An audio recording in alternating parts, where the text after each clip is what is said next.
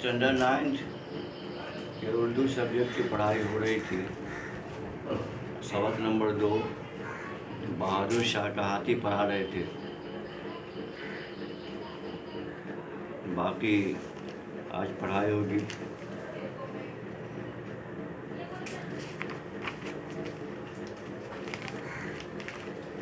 बता रहे थे पिछले क्लास में हम कि जो बच्चा गन्ना मांगता था और बच्चों की नज़र बचाकर मौला बख्श उसी बच्चे की तरफ गन्ना फेंक देता था और वो बच्चे गन्ना ले लेते थे। जब चरकटा मौला बख्श को रोटी देता तो वो हर निवाले में से एक किनारा रोटी का अपनी बाँछ से बाहर निकाल देता था।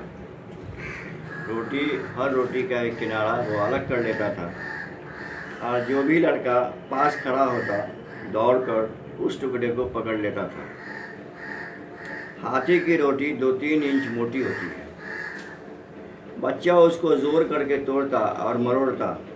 गर्ज बाजार दिक्कत मैंने बहुत कोशिश के बाद जब टुकड़ा उसके हाथ में आ जाता और बच्चा वो टुकड़ा लेकर भाग जाता, उस वक्त मौला बख्श वो निवाला खाता था। जब तक बच्चे रोटी नहीं खा लेते थे, मौला बख्श भी नहीं खाता था। बच्चों से उसे इतनी उल्फत और मोहब्बत हो गई थी कि बगैर बच्चों के वो न खा सकता था और न रह सकता था। लड़कों से मौला बख्श का बड़ा पक्का याराना था, बड़ी पक्की दोस्ती हो गई थी। जहाँ किसी लड़के ने मौला बख्श से कहा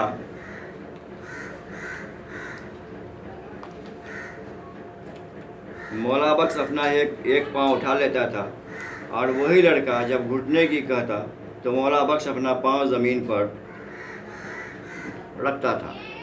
जब तक वो लड़का नहीं कहता था तब तक मौला बख्श अपना पाँव ज़मीन पर नहीं रखता था। अगर फील खाने के किसी आदमी ने हाथी को धमकाया और वो निक्की मांगकर चले गए तो मौला बख्श उसी तरह अपना पाँव उठाए खड़ा रहता था। जो बच्चे आते थे वो कहते थे निक्की आवे तो हाथी अपना पाँव यानी मौला बख्श अपना पाँव उठा लेता था और वो लड़का अगर चला जाता था कहकर तो वही लड़का जब तक आकर नहीं कहता मौला बख्श घुटने की, तब तक मौला बख्श अपना पाँव ऊपर उठा ही रहता। तब जाकर वो अपना पाँव ज़मीन पर रखता था। जब बच्चा कहता तब वो अपना पाँव ज़मीन पर रखता था। मौला बख्श जब अपने गन्ने लाता था और बाज़ार में कोई लड़का कहता कि मौला बख्श निक्की आवे तो मौला बख्श फ़ौरन अपना एक पाँव उठा लेता। चरकटा हरचंद कहता कि बेटा चल, लेकिन क्या मजाल जो ये आगे सरक जाए। एक पाँव भी अपना आगे ये नहीं बढ़ाता था जब तक कि वही लड़का आकर नहीं कहता, जब तक घुटने के वही लड़का न कहता। मौला बख्श टस से मस न होता था। एक रोज़ फीलबान ने बादशाह से अर्ज़ की, हुजूर मौला बख्श तमाम गन्ने और रातिब की रोटियां बांट देता है। एक दिन फीलबान ने आकर बादशाह से शिकायत की कि हुजूर मौला बख्श तो सारी रोटियां और गन्ने बच्चों में बांट देता है, वो खुद खा नहीं पाता। पहले पर हुक्म दे दिया जाए कि कोई लड़का उसके पास ना आए। अगर बादशाह सलामत हुक्म दे दें कि कोई लड़का ना आए तो मौला बख्श खाना खाएगा, तंदुरुस्त रहेगा, सेहतमंद रहेगा। चुनांचे बादशाह ने हुक्म दे दिया।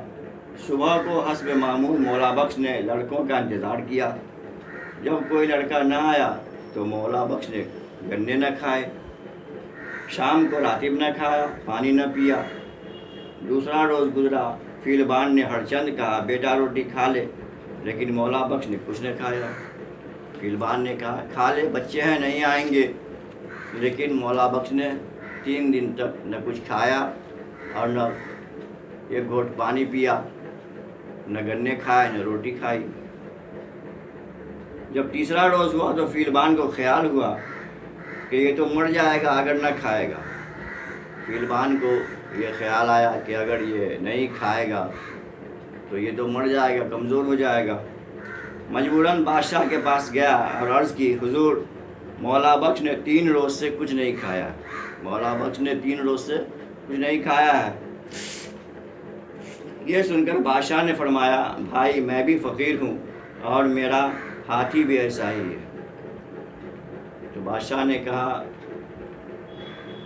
فیلبان سے کہ دیکھو میں بھی فقیر، میرا ہاتھی بھی فقیر، خدا نے ہم کو اس واسطے دیا ہے کہ ہم بانٹ کر کھائیں، خود کھا لیں دوسروں کو نہ کھلائیں، ایسا ہو نہیں سکتا۔ تو اللہ تعالیٰ نے ہمیں اسی لیے دیا ہے کہ ہم بھی کھائیں اور دوسروں کو بانٹ کر کے بھی کھائیں، اور سبھی کو ایسا ہی کرنا چاہیے۔ اپنے پڑوسیوں کا، اپنے گھر کے آس پاس رہنے والے غریبوں محتاجوں کا دھیان رکھنا چاہیے، اس کی خبرگیری بھی کرنی چاہیے اور اسے بھی کچھ نہ کچھ دیتے رہنا چاہیے۔ پہلے پر حکم دو کہ کسی لڑکے کو نہ روکا جائے۔ آخر بادشاہ بھی نے حکم دیا کہ مولا بخش کے پاس کسی بچے کو آنے پر روک نہ لگائی جائے، سب کو آنے کی اجازت دے دی جائے۔ غرض جب لڑکی آئے تو مولا بخش نے راتب اور گنے بانٹ کر کھانے شروع کیے۔ مولا بخش جب بادشاہ کے روبرو آتا تھا تو دونوں گھٹنے ٹیک کر اور سر جھکا کر سلام کرتا تھا۔ روبرو آمنے سامنے تو دونوں گھٹنے ٹیک کر اور سر جھکا کر سلام کرتا تھا۔ اس کی مستک اتنی بلند تھی کہ سید صاحب اوپر بیٹھے ہوئے دکھائی نہیں دیتے تھے، اور جب بادشاہ سوار ہوتے تھے تو نہایت ادب سے سر نگوں چلتا تھا، یعنی سر کو جھکا کر چلتا تھا۔ تعظیم کے لیے، بادشاہ کی تعظیم کے لیے اپنے سر کو جھکا کر چلتا تھا، سر اٹھا کر نہیں چلتا تھا، کیونکہ اس سے بادشاہ کی بے ادبی ہوتی۔ تو اتنا وفادار اور اتنا بات ماننے والا، اتنا ادب کرنے والا ایک جانور ہوتا ہے۔ یہ سبق یہیں پر ختم ہوتا ہے۔ اس میں کچھ ورڈ میننگ ہے، کچھ الفاظ معنی ہے، اسے ہم لکھ رہے ہیں، بچے کاپی میں اتار لیں اور یاد کر لیں۔ الفاظ اور معنی: اماڑی، ہاتھی کی پیٹھ پر بنی ہوئی کرسی جس پر آدمی بیٹھتے ہیں۔ ماں مانے ساتھ، راتب جانور کا کھانا، فیل ہاتھی، جاگیر بادشاہ کی طرف سے عطا کی گئی زمین، غافل بے خبر، سرنگو سر جھکائے ہوئے۔ یہ الفاظ معنی ہیں، بچے انہیں یاد کر لیں۔